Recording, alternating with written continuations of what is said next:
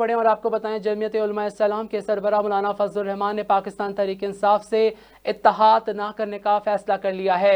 तफसीलात के मुताबिक अपडेट करें तो आपको बताएं, एक इंटरव्यू में मौलाना फजलुर रहमान ने कहा है कि PTI और JUF के दरमियान 12 साल का इख्तलाफ रहा है। दोनों जमातों के दरमियान कोई इत्तेहाद नहीं, दोनों जमातों के दरमियान दीवार नहीं पहाड़ हाइल है, इसको अबूर करना आसान काम नहीं। उन्होंने कहा कि PTI का वफ्द पहले भी कई बार आया है, हमेशा इज्जत दी है। JUI को मुल्क भर के इलेक्शन पर तहफ़्फ़ुज़ात है। खैबर पख्तूनख्वा में भी PTI के नताइज से मुतल्लिक तहफ़्फ़ुज़ात हैं। हमने इनके सामने भी अच्छे अंदाज में अपने तहफ़्फ़ुज़ात रखे हैं।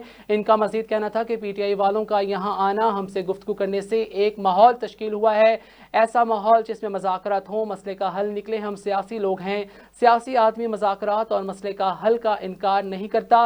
मौलाना फजलुर रहमान का मज़ीद कहना था कि मैंने सवाल इस्टेब्लिशमेंट से सवाल किया है कि अगर इलेक्शन ठीक हुए हैं तो 9 मई का बयानिया तो दफन हो गया, इसका मतलब ये है कि कौम ने मुल्क के बागियों को वोट दिया।